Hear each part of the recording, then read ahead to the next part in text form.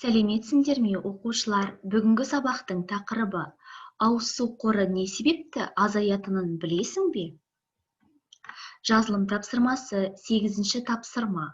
Көп нүктенің орнына жаңа сөздерді қойып жаз.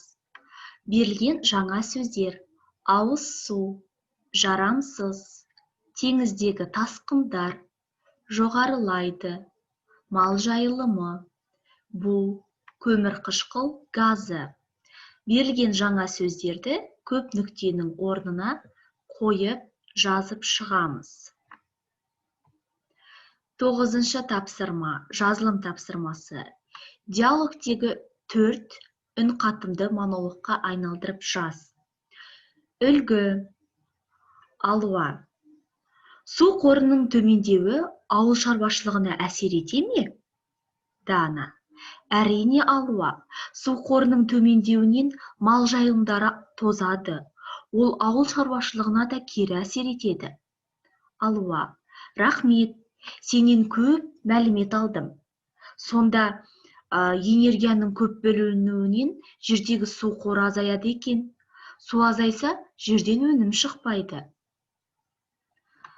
Бұл бізде диалог. Енді монолог. Су қорының төмендеуінен мал жайылымдары тозады. Су қорының төмендеуі ауыл шаруашылығына да кері әсер етеді.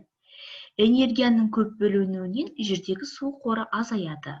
Су азайғанда жерден өнім шықпайды. Бағалау парағы. Көп нүктенің орнына тиісті сөздерді қойып, көшіріп жазады. 1 ұпай. Сөйлемдердің мағынасын түсінеді. Орыс тіліне аудара алады. 1 ұпай.